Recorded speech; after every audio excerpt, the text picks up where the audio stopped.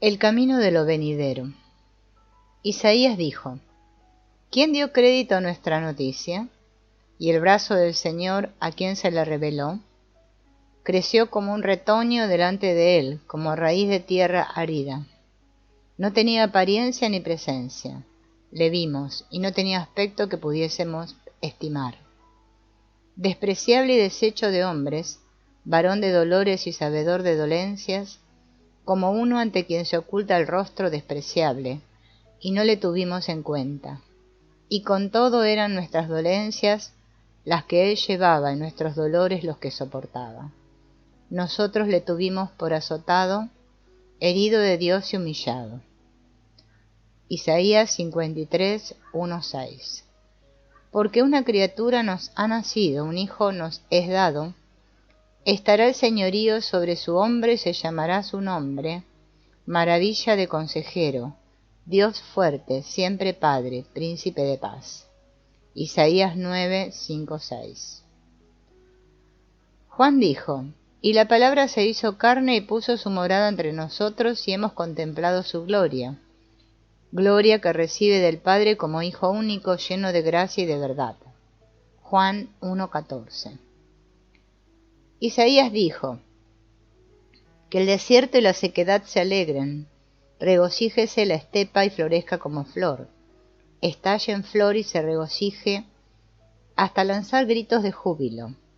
Entonces se desplegarán los ojos de los ciegos, y las orejas de los sordos se abrirán. Entonces saltarán los cojos como ciervo, y la lengua del mudo lanzará gritos de júbilo. Pues serán alumbradas aguas en el desierto y torrentes en la estepa. Se trocará la tierra abrasada en estanque, y el país árido en manantial de aguas. En la guarida donde moran los chacales, verdeará la caña y el papiro. Habrá allí una senda y un camino, vía sacra se le llamará. No pasará el impuro por ella, ni los necios por ella vagarán. Isaías 35, 1, 8. Escrito de propio puño y letra por Carl Jung en el año del Señor 1915 en su casa de Zúrich. Si hablo en el espíritu de este tiempo, entonces debo decir: nada ni nadie puede justificar lo que tengo que anunciaros. Buscar una justificación me resulta superfluo, pues no tengo opción, sino que debo anunciarlo. He aprendido que, además del espíritu de este tiempo, aún está en obra otro espíritu, a saber, aquel que domina la profundidad de todo lo presente. El espíritu de este tiempo solo quiere oír acerca de la utilidad y el valor. También yo pensaba así, y lo humano en mí todavía piensa así. Sin embargo, aquel otro espíritu me obliga a hablar más allá de la justificación, la utilidad y el sentido. Lleno de orgullo humano y encandilado por el desmedido espíritu de este tiempo, intenté largamente alejar de mí a aquel otro espíritu, pero no reparé en que el espíritu de la profundidad posee desde antaño y en todo el futuro más poder que el espíritu de este tiempo que cambia con las generaciones. El espíritu de la profundidad ha sometido todo el orgullo y toda la altanería del juicio. Me quitó la fe en la ciencia, me robó la alegría del explicar y el clasificar, y dejó que se extinguiera en mí la entrega a los ideales de este tiempo. Me forzó a bajar hacia las cosas últimas y más simples. El espíritu de la profundidad tomó mi entendimiento y todos mis conocimientos y los puso al servicio de lo inexplicable y de lo contrario al sentido. Me robó el habla y la escritura para todo lo que no estuviera al servicio de esto, es decir, de la fusión mutua de sentido y contrasentido, que da por resultado el suprasentido. Mas el suprasentido es la vía, el camino y el puente hacia lo venidero. Este es el Dios venidero. No es el Dios venidero en sí mismo, sino su imagen, la cual aparece en el suprasentido. Dios es una imagen y quienes lo adoran deben adorarlo en la imagen del suprasentido. El suprasentido no es ni un sentido ni un contrasentido, es imagen y fuerza en uno, magnificencia y fuerza juntas. El suprasentido es comienzo y meta. Es el puente de paso al otro lado y la realización. Los otros dioses murieron en su temporalidad, no obstante, el suprasentido no muere. Se convierte en sentido, luego en contrasentido, y a partir del fuego y la sangre del choque entre ambos, el suprasentido se eleva rejuvenecido a lo nuevo. La imagen de Dios tiene una sombra, el suprasentido es real, y arroja una sombra, pues, ¿qué podría ser real y corpóreo y no tener una sombra? La sombra es el sinsentido, es impotente y no tiene consistencia por sí misma. Pero el sinsentido es el hermano inseparable e inmortal del suprasentido. Como las plantas, así crecen también los hombres, unos en la luz, otros en la sombra. Son muchos los que necesitan la sombra y no la luz. La imagen de Dios arroja una sombra que es precisamente tan grande como ella misma. El suprasentido es grande y pequeño, es extenso como el espacio del cielo estrellado y angosto como la célula del cuerpo viviente. El espíritu de este tiempo en mí quería reconocer la grandeza y la extensión del suprasentido, mas no su pequeñez.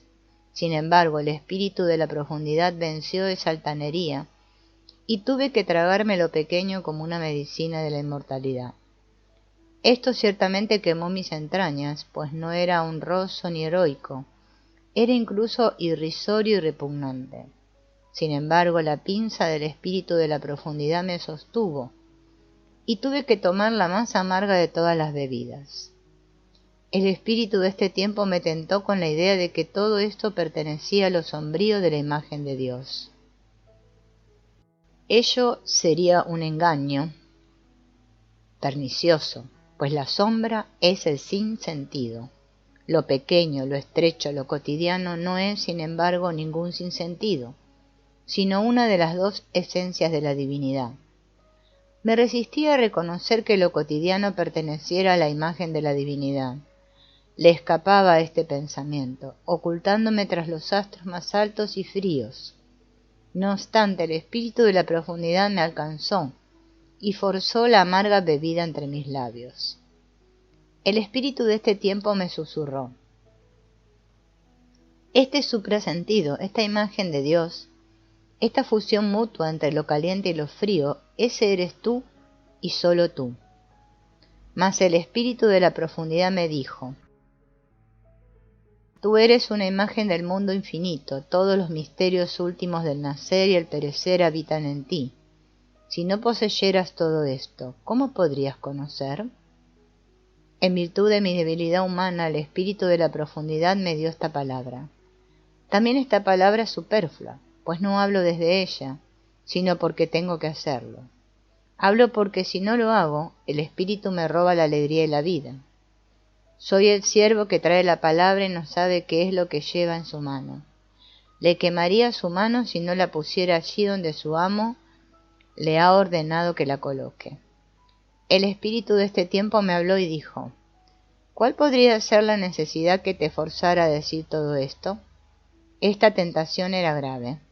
Quería reflexionar acerca de cuál necesidad interna o externa me pudiera compeler a ello, y como no encontré ninguna necesidad comprensible, estuve a punto de inventar una.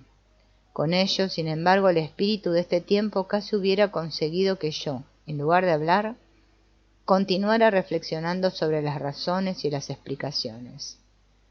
Mas el espíritu de la profundidad me habló y dijo: comprender una cosa es puente y posibilidad del retorno a la vía. Explicar una cosa es, sin embargo, capricho y hasta incluso un asesinato. ¿Has contado los asesinos entre los eruditos? Mas el espíritu de este tiempo se me presentó y puso ante mí grandes libros que contenían todo mi saber.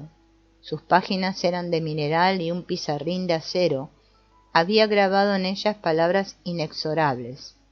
Él señaló aquellas palabras inexorables y me habló y dijo: lo que tú dices, eso es la locura.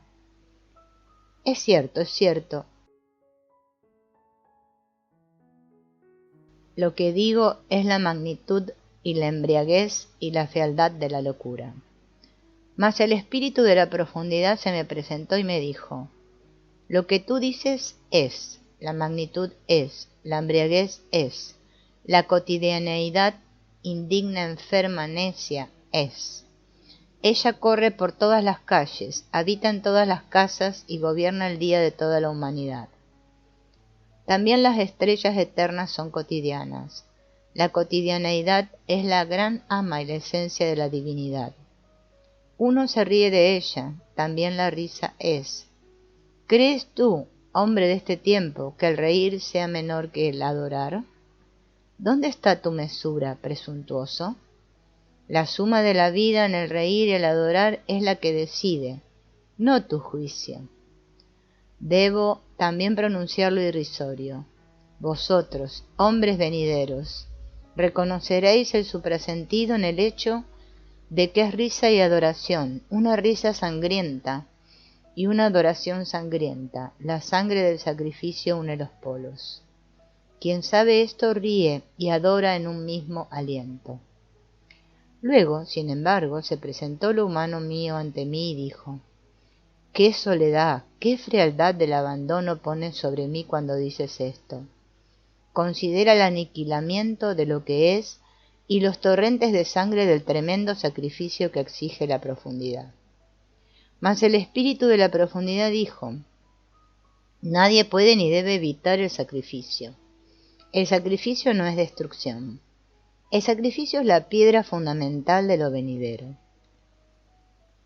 ¿Acaso vosotros no habéis tenido monasterios? ¿No han ido incontables millares al desierto? Debéis llevar monasterios en vosotros mismos. El desierto está en vosotros. El desierto os llama y os trae de vuelta. Y si estuvierais forjados con acero al mundo de este tiempo, el llamado del desierto rompería todas las cadenas. Verdaderamente os preparo para la soledad. Luego mi humanidad cayó. Algo le sucedió a mi espiritualidad que podría llamar gracia. Mi lengua es imperfecta. Hablo en imágenes. No porque quiera lucirme con palabras, sino por la incapacidad de encontrar aquellas palabras, pues no puedo pronunciar las palabras de la profundidad de otra manera. La gracia que me acaeció me dio fe, esperanza y osadía suficientes para no continuar oponiéndome al espíritu de la profundidad, sino decir sus palabras. No obstante, antes de haber podido animarme a hacerlo realmente, necesité una señal visible que pudiera demostrarme que el espíritu de la profundidad en mí es al mismo tiempo el amo de la profundidad del acaecer del mundo.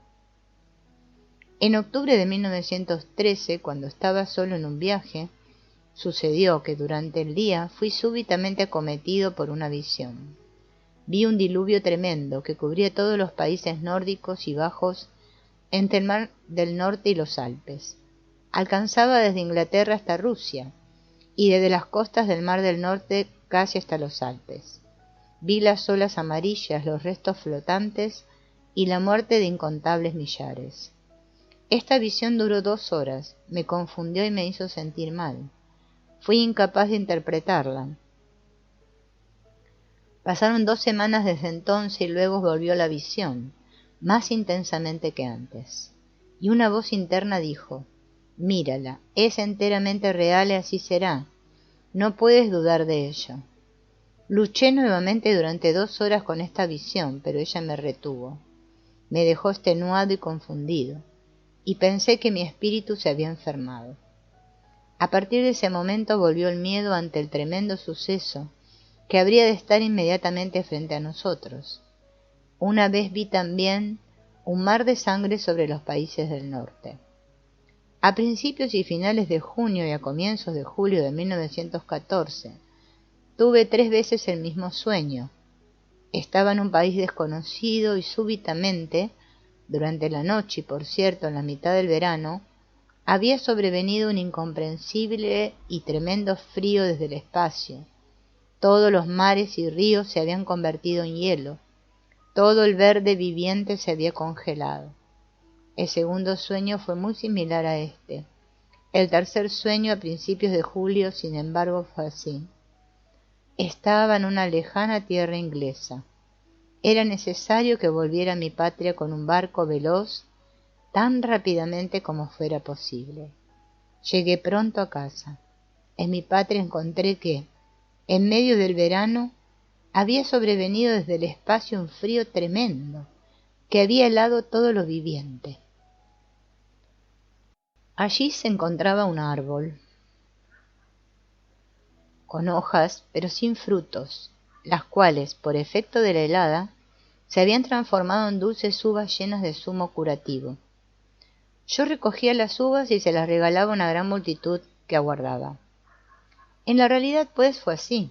En la época en que se desató la guerra entre los pueblos de Europa, me encontraba en Escocia. Compelido por la guerra, me decidí a volver a casa con el barco más rápido, por el camino más corto. Encontré el tremendo frío que todo lo helaba, encontré el diluvio, el mar de sangre, y encontré mi árbol sin frutos, cuyas hojas la helada había transformado en medicina. Y recojo los frutos maduros y os los doy, y no sé qué os obsequio, cuál posición narcótica agridulce que deja sabor a sangre en vuestra lengua. Creedme, no es una doctrina ni una instrucción la que os doy. ¿Cómo osaría yo pensar que os he de instruir? Os doy noticia del camino de este hombre, de su camino, mas no de vuestro camino. Mi camino no es vuestro camino, así que yo no os puedo enseñar.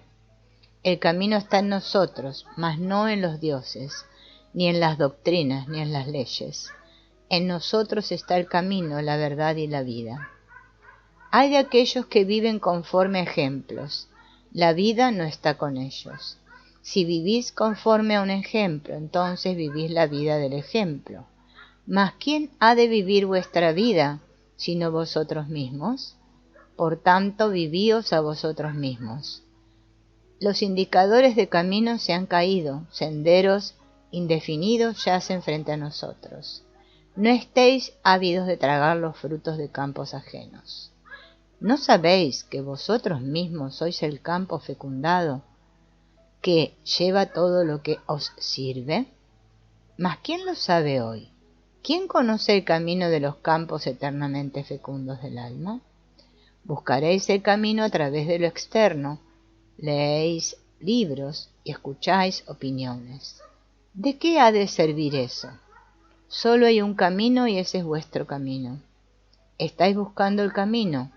Os advierto de mi camino. Os puede resultar un camino erróneo. Que cada cual ande su camino. No quiero ser para vosotros un redentor. Se han convertido en error y mal. Cada cual busque su camino. El camino lleva al amor mutuo. Con la comunidad los hombres verán y sentirán la similitud y lo común de sus caminos. Las leyes y doctrinas comunes compelen al hombre a ser solitario, para que pueda escapar a la presión de la comunidad no deseada. Mas el ser solitario vuelve al hombre hostil y venenoso. Por lo tanto, dad al hombre la dignidad y dejadlo ser individual para que encuentre su comunidad y la ame. La violencia está en contra de la violencia, el menosprecio en contra del menosprecio, el amor en contra del amor. Dad a la humanidad la dignidad y confiad en que la vida encontrará el mejor camino. El único ojo de la divinidad es ciego, un único oído de la divinidad es sordo, su orden está atravesado por el caos. Por lo tanto, sed pacientes con la invalidez del mundo y no sobreestiméis su belleza perfecta. Cuando tuve la visión del diluvio en octubre de 1913, esta ocurrió en una época que para mí como hombre fue significativa. En aquel entonces, a mis 40 años, había alcanzado todo lo que alguna vez había deseado. Había alcanzado fama, poder, riqueza, saber y toda la felicidad humana. Entonces cesó mi anhelo por el acrecentamiento de estos bienes. El deseo retrocedió en mí y me sobrevino el horror. La visión del diluvio me atrapó y sentí el espíritu de la profundidad, pero no lo comprendí. Él, sin embargo, me forzó con insoportable anhelo interior y yo dije: alma mía, ¿dónde estás? ¿Me oyes? Yo te hablo, yo te llamo, ¿estás allí? He regresado, estoy nuevamente aquí. He sacudido de mis pies el polvo de todas las comarcas y vine hacia ti. Estoy contigo, tras largos años de largo andar he vuelto a ti. He de contarte todo lo que he visto, vivido, bebido en mí. ¿O no quieres escuchar nada de todo aquello lleno de ruido de la vida y del mundo? Algo, sin embargo, tienes que saber. Una cosa he aprendido, y es que hay que vivir esta vida. Esta vida es el camino largamente buscado hacia lo inacible, que nosotros llamamos divino. No hay ningún otro camino. Todos los demás caminos son senderos errantes. Yo encontré el camino recto. Él me llevó hacia ti, hacia mi alma. Regreso con temple y purificado. ¿Me conoces todavía? ¿Cuánto se prolongó esta separación? Todo se ha vuelto tan distinto. ¿Y cómo te encontré? Qué maravilloso fue mi viaje. ¿Con qué palabras he de describirte los entreverados senderos por los cuales una buena estrella me guió hacia ti? Dame tu mano, mi alma casi olvidada. Cuán cálida la alegría de volverte a ver, a ti, alma, largamente negada. La vida me ha llevado nuevamente hacia ti. Queremos agradecerle a la vida que he vivido, agradecerle todas las horas alegres y todas las horas tristes, agradecerle la alegría y el dolor. Alma mía, contigo he de continuar mi viaje. Contigo quiero andar y ascender a mi soledad. El espíritu de la profundidad me obligó a decir esto y al mismo tiempo a vivirlo en contra de mí mismo, pues yo no lo esperaba. En aquel entonces yo aún estaba completamente atrapado en el espíritu de ese tiempo y pensaba distinto acerca del alma humana. Pensaba y hablaba mucho del alma, sabía muchas palabras eruditas sobre ella, la juzgué e hice de ella un objeto de la ciencia. No consideraba que mi alma no pudiera ser el objeto de mi juicio y mi saber, que antes bien mi juicio y mi saber son objetos de mi alma. Es por ello que el espíritu de la profundidad me obligó a hablarle a mi alma, a llamarla como un ser viviente y existente en sí mismo. Tuve que darme cuenta que había perdido mi alma. De esto aprendemos qué es lo que piensa el espíritu de la profundidad acerca del alma. La contempla como un ser viviente, existente en sí mismo, y con eso contradice al espíritu de este tiempo, para el cual el alma es una cosa dependiente del hombre, que se puede juzgar y clasificar y cuyo alcance podemos comprender. Tuve que reconocer que aquello que yo antes había llamado mi alma no había sido para nada mi alma, sino una construcción doctrinaria muerta. Por eso tuve que hablarle a mi alma como a algo lejano y desconocido, que no tiene consistencia a través de mí, sino a través de la cual yo tengo consistencia. Por lo tanto, aquel cuyo deseo se aleja de las cosas externas es quien llega al lugar del alma. Si no encuentra el alma, lo apresará el horror del vacío y el miedo lo arreará, blandiendo el látigo en una ambición desesperada y un ciego deseo por las cosas vacías de este mundo. Se vuelve loco por su deseo interminable y se extravía de su alma para no encontrarla nunca más. Él correrá detrás de todas las cosas, las acaparará a todas ellas, y sin embargo no encontrará su alma, pues sólo la encontraría en sí mismo. Bien yacía su alma en las cosas y en los hombres, pero el ciego captura las cosas y los hombres, mas no su alma en las cosas y en los hombres. No sabe nada acerca de su alma. ¿Cómo podría diferenciarla de los hombres y de las cosas? Bien podría encontrarla en el deseo mismo, mas no en los objetos de su deseo. Si poseyera su deseo, mas no su deseo a él, entonces habría puesto una mano sobre su alma, pero su deseo es imagen y expresión de su alma. Si poseemos la imagen de una cosa, entonces poseemos la mitad de la cosa. La imagen del mundo es la mitad del mundo. Quien posee el mundo, mas no su imagen, posee solo la mitad del mundo, pues su alma es pobre y despojada. La riqueza del alma se compone de imágenes. Quien posea la imagen del mundo, posee la mitad del mundo, aun si lo humano suyo es pobre y despojado. El hambre, sin embargo, convierte al alma en bestia que devora lo malsano y se envenena con ello. Amigos míos, es sabio alimentar el alma, de lo contrario estaréis criando dragones y diablos en vuestro corazón. A la segunda noche llamé a mi alma. Estoy cansado, alma mía, demasiado duró mi andar, la búsqueda de mí fuera de mí. Ahora he atravesado las cosas y te encontré a ti detrás de todo. Sin embargo, en mi odisea a través de las cosas descubrí humanidad y mundo.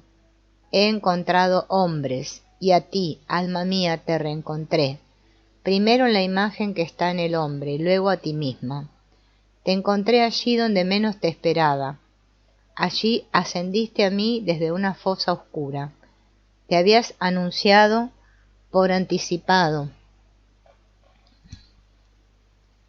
en mis sueños. Ellos ardían en mi corazón y me empujaron a todo lo más atrevido y audaz. Me forzaron a ascender por sobre mí mismo.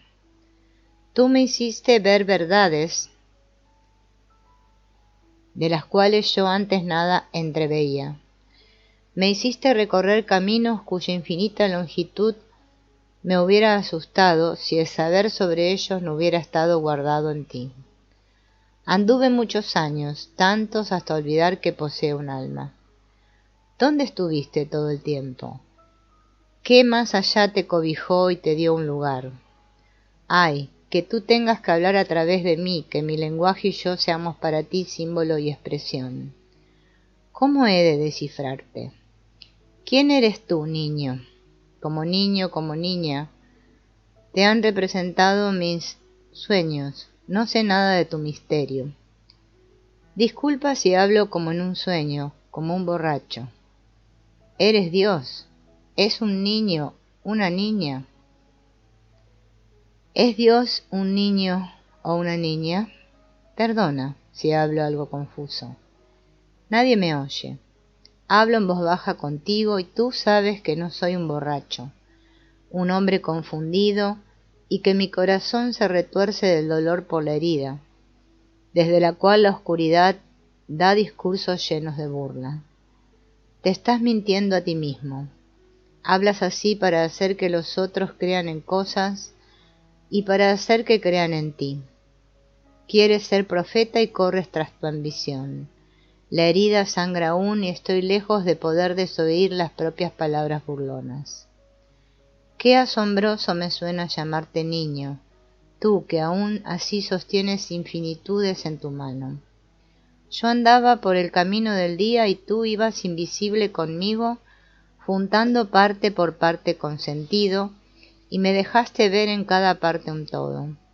Quitaste allí donde yo pensaba retener, me diste donde nada esperaba, y una y otra vez causaste destinos donde flancos nuevos e inesperados.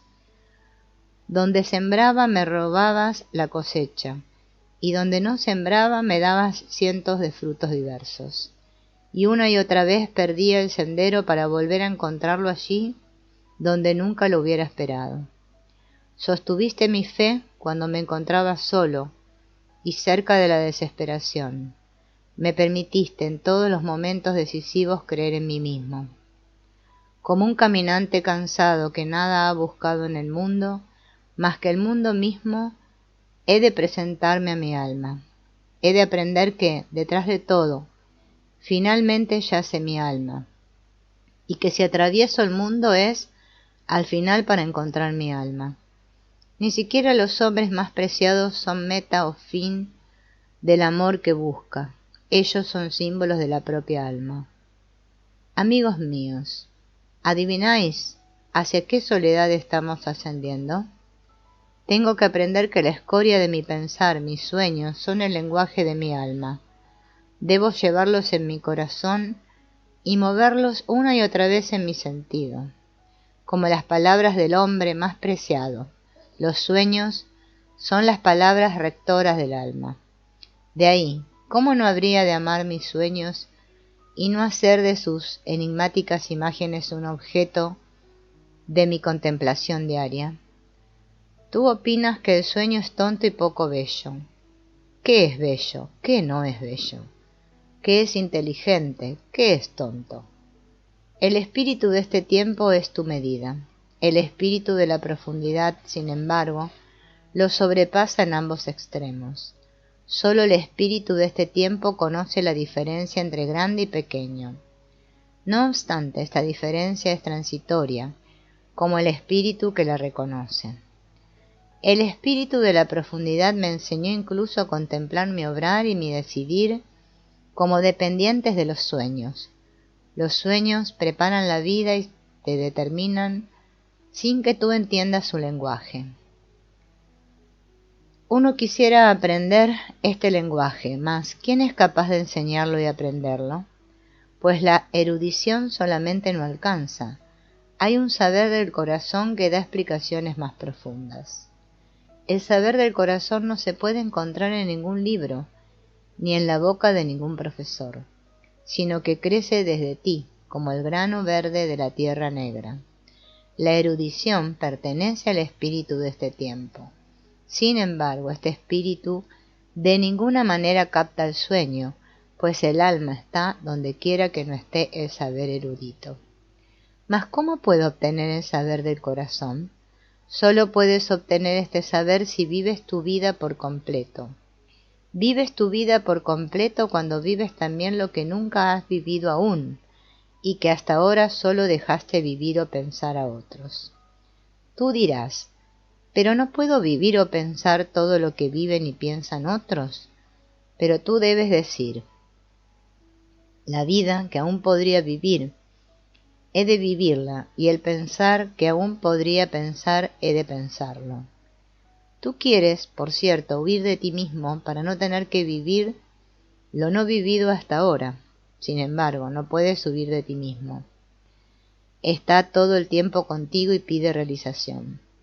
Si te pones ciego y sordo en contra de este pedido, entonces te pones ciego y sordo en contra de ti mismo. Así nunca alcanzarás el saber del corazón. El saber del corazón es como es tu corazón. Desde un corazón malo conoces cosas malas. Desde un buen corazón conoces cosas buenas. Para que vuestro conocimiento sea acabado, considerad que vuestro corazón es ambas cosas, bueno y malo. Tú preguntas, ¿cómo? ¿He de vivir también lo malo? El espíritu de la profundidad pide, la vida que aún podrías vivir, deberías vivirla. El bienestar decide, no tu bienestar, no el bienestar de otros, sino el bienestar. El bienestar está entre mí y los otros, en la comunidad. También yo viví lo que antes no hice y lo que aún podía hacer. Yo viví en la profundidad y la profundidad comenzó a hablar.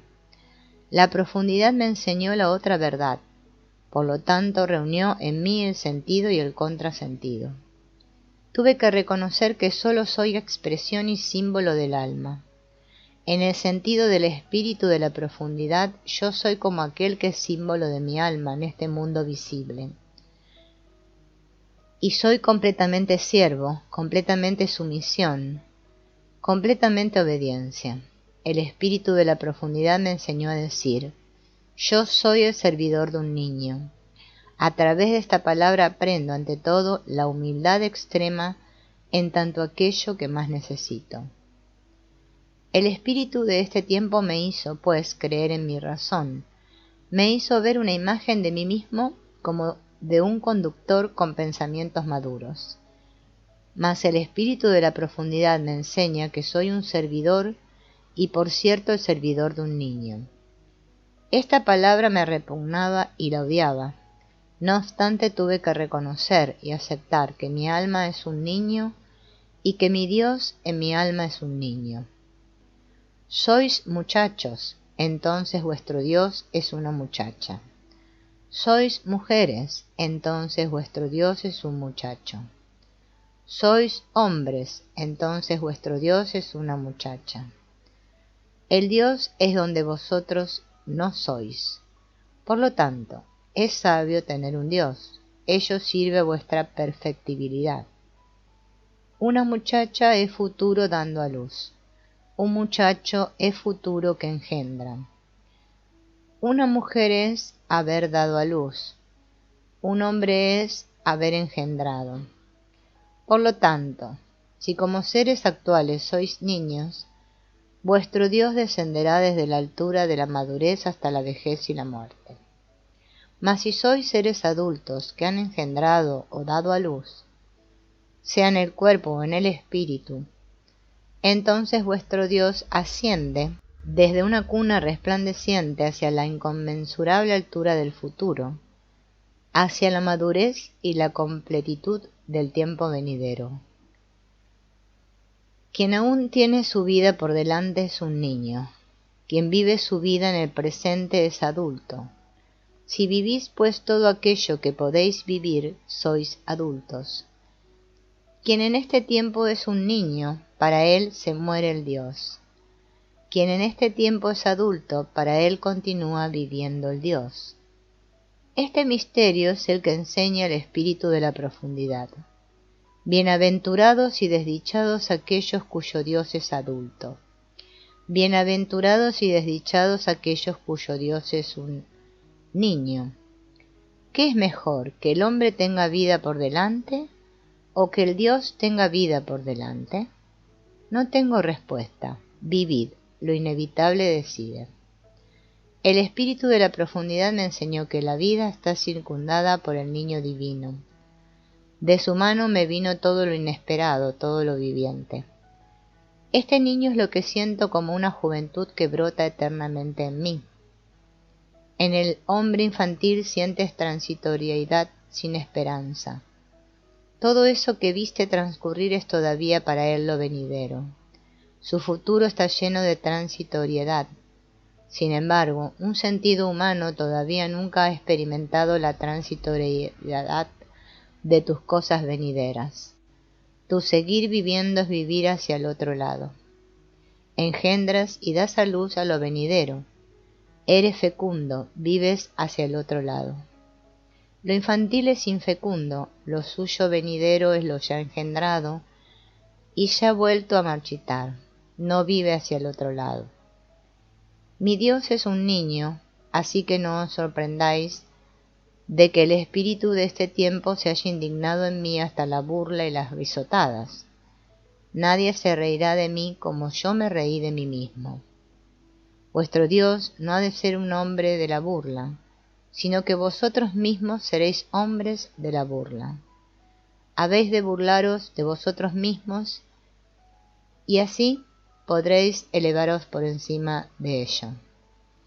Si todavía no lo habéis aprendido de los viejos libros sagrados, id hasta allí, bebed la sangre y comed el cuerpo del escarnecido y del torturado por nuestro pecado, de manera que os volváis por entero su naturaleza. Negad su ser fuera de vosotros. Vosotros debéis ser Él mismo, no cristianos, sino Cristo. De otra manera no servís para el Dios venidero.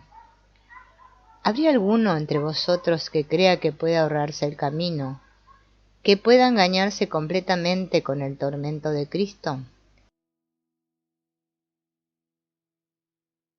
Yo digo, alguien así se engaña en su propio perjuicio. Se recuesta sobre espinas y fuego.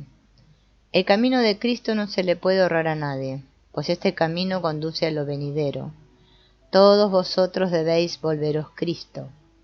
No superáis la antigua enseñanza por el hecho de hacer menos, sino por hacer más. Cada paso más cercano a mi alma provocaba las risotadas burlonas de mis diablos, de aquellos cobardes murmuradores y envenenadores. Para ellos era fácil reírse, pues yo tenía algo maravilloso que hacer.